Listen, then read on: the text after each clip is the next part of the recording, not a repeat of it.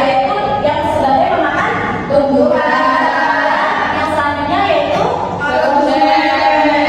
yaitu pemakan daging. Selanjutnya konsumen pemakan segalanya. Nah, seperti contohnya orang ya. Nah, untuk yang selanjutnya yaitu konsumen pertama. Tadi kan itu sudah menjelaskan ya, konsumen itu terbagi menjadi 3 ya. Konsumen pertama, konsumen kedua, konsumen ketiga. Nah, untuk yang pertama yaitu atau sebagai konsumen primer, konsumen pertama merupakan pemakan produsen atau tumbuhan yang biasanya dengan konsumen herbivora, yaitu seperti apa contohnya anak-anak? Ini apa? Sapi, kerbau, dan banyak lagi anak-anak. Yang selanjutnya yaitu konsumen sekunder atau konsumen kedua. Konsumen sekunder merupakan organisme yang memperoleh makanannya dari tingkat tropik di bawahnya. Nah, seperti dia memakan apa tadi anak-anak? Konsumen primer ya, konsumen pertama. Nah, dalam tingkatan ini terdapat hewan-hewan karnivora yang bisa menjadi mangsa bagi hewan lainnya. Contohnya seperti apa anak-anak? Tikus, serangga, dan lain-lainnya. Untuk yang selanjutnya yaitu konsumen tersier atau konsumen ketiga. Konsumen ini merupakan pemakan konsumen kedua, yaitu pemakan konsumen sekunder tadi ya anak, dan seterusnya sehingga konsumen puncak. Biasanya konsumen puncak merupakan hewan yang tidak bisa dimakan oleh hewan lainnya. Contohnya seperti apa anak-anak? Ada gambarnya nih. Buaya.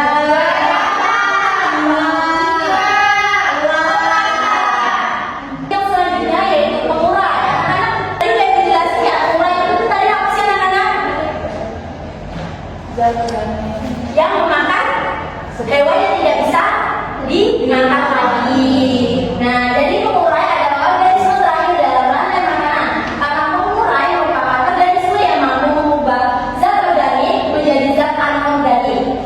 Pengurai menguraikan bangkai atau tumbuhan yang sudah mati, lalu mengembalikannya ke dalam nutrisi atau kembali menjadi tanah yang akan digunakan oleh tanaman untuk berfotosintesis.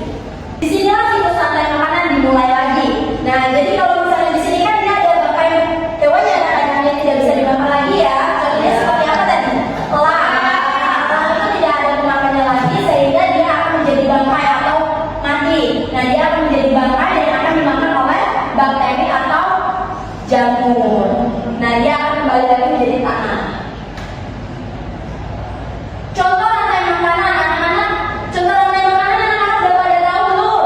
Itu ada apa aja sih di lingkungan sekitar kita? Ada kebun, hutan, sungai, sawah, dan laut. Nah, di sini anak-anak udah tahu belum urutan proses makan dan dimakan dalam rantai makanan? Belum. Ya,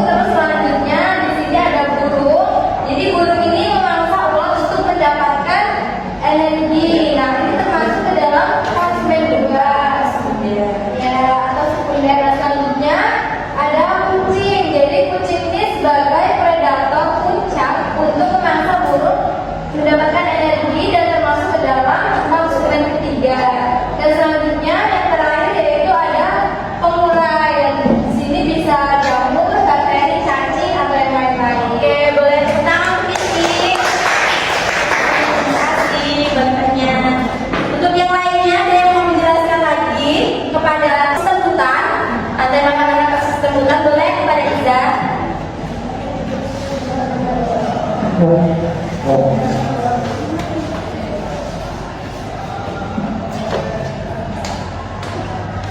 di sini ada rantai makanan ekosistem hutan.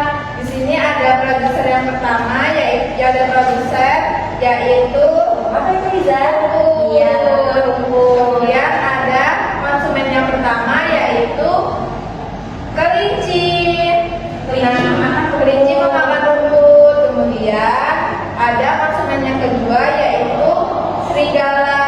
Nah, kelinci tadi dimakan oleh serigala. Kemudian ada harimau sebagai konsumen ketiga.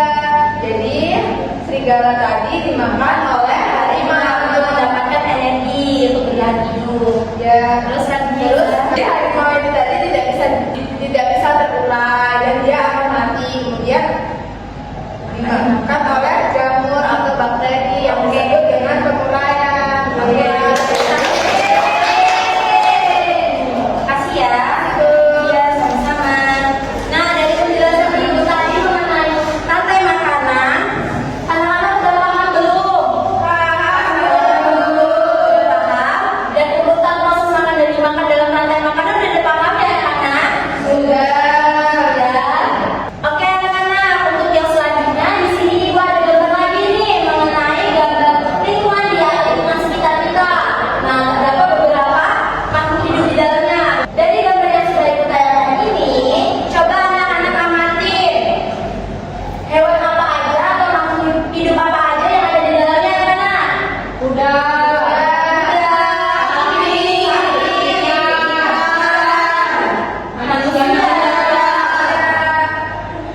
Rumput. Di sini juga ada manusia ya anak-anak. Jadi manusia ini juga termasuk ke dalam rantai makanan manusia. Di mana anak-anak memakan seperti sapi ini, ikan ini kan dimakan oleh manusia juga ya anak-anak. Ibu mau nanya nih anak-anak, mengapa sih manusia itu tidak bisa hidup sendiri anak-anak? Ada yang tahu nggak kenapa? Iya betul, karena manusia itu merupakan makhluk sosial yang tidak bisa hidup sendiri. Karena manusia itu membutuhkan bantuan apa anak-anak? Bantuan dari orang lain. Iya betul, dari orang lain. Untuk yang selanjutnya di sini Ibu ada lembar kerja berskala dit. Nah di sini Ibu membagi anak-anak menjadi dua kelompok, yaitu di sisi kiri Ibu yaitu kelompok 1 dan di sisi kanan Ibu yaitu kelompok 2. Nah di sini Ibu akan menjelaskan dulu cara pengerjaannya agar anak-anak bisa paham. Oke, di sini yaitu ada soal cerita dan di sini anak-anak Ibu akan meminta untuk mengurutkan rantai makanan berdasarkan cerita di atas. Nah, anak-anak baca dulu ya cerita di atas. Dan yang selanjutnya yaitu hewan mana yang disebut sebagai produsen. Untuk mencari jawabannya anak-anak membaca dulu soalnya ya. Bisa dipahami? Bisa. Oke, untuk yang selanjutnya yaitu di sini kan tadi mengenai tujuan pembelajaran kita menyusun contoh rantai makanannya yang ada di lingkungan sekitar anak-anak ya. Nah, di sini Ibu mau anak-anak untuk membuatnya. Bisa? Bisa. Bisa dimengerti ya? Bisa. Nanti kalau ada yang susah atau nggak paham boleh ditanyakan kembali kepada Ibu ya. Nah.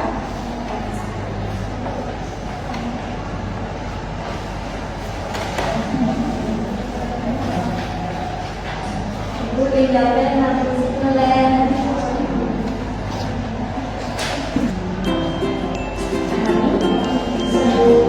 Kalau nanti ada yang susah, tanyakan ya kepada Ibu ya.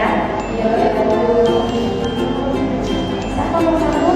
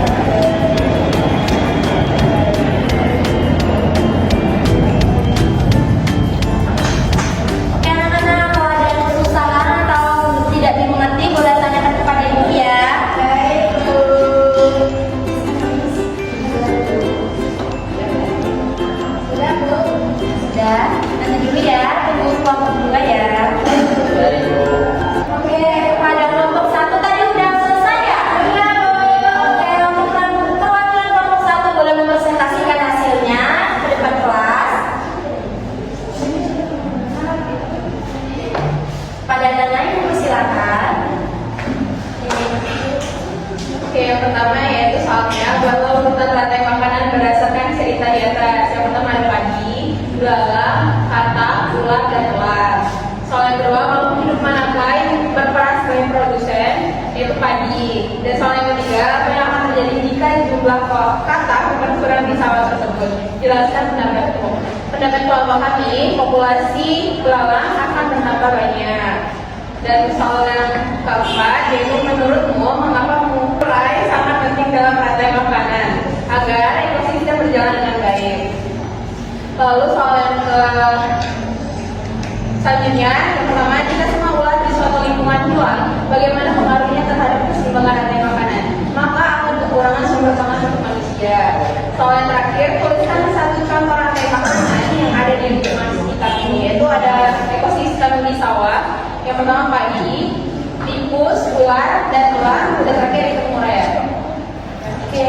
Nah, dari penjelasan dari kelompok 1 tadi, menurut anak-anak jawabannya bagus nggak? Makasih ya, anak. Untuk kelompok 2 sudah. Gimana? Persilakan.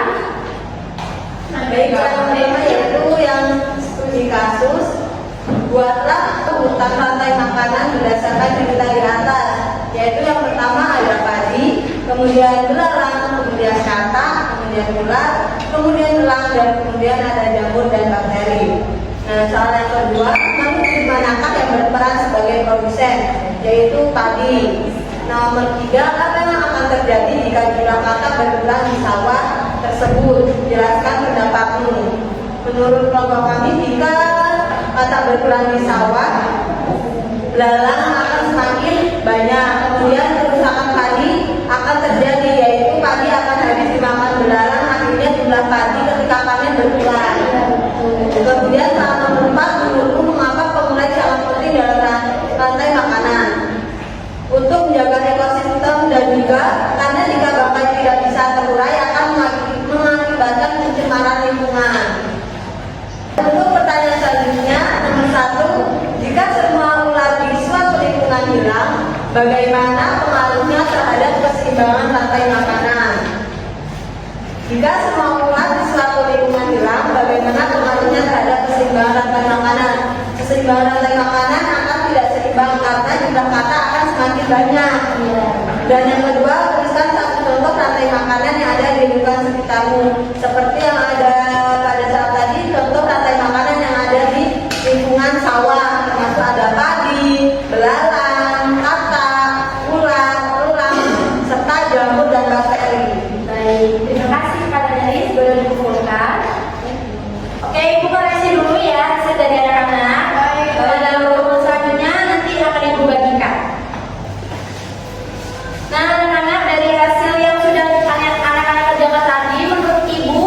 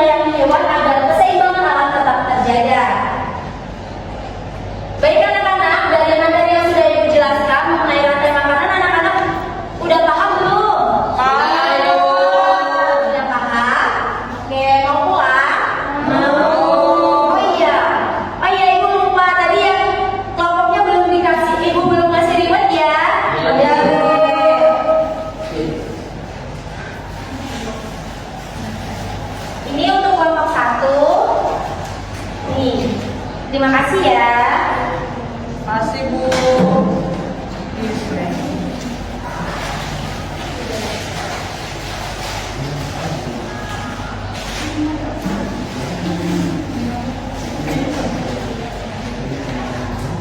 Terima kasih ya. Berdua. Kasih Bu. Ya, sama-sama. Oke, terima kasih atas partisipasi anak-anak hari ini. Ibu mohon maaf bila ada salah kata. Kepada ketua kelas, boleh memimpin teman-temannya untuk berdoa terlebih dahulu. Baik teman-teman, sebelum kita pulang ada lagi kita berdoa terlebih dahulu. Doa mulai. Doa besar. Baik, terima kasih kepada ketua kelas yang sudah memimpin teman-temannya untuk berdoa. Nah, di sini Ibu akan menutup pembelajaran kita hari ini. Terima kasih kepada anak-anak yang sudah berpartisipasi aktif dalam pembelajaran Ibu hari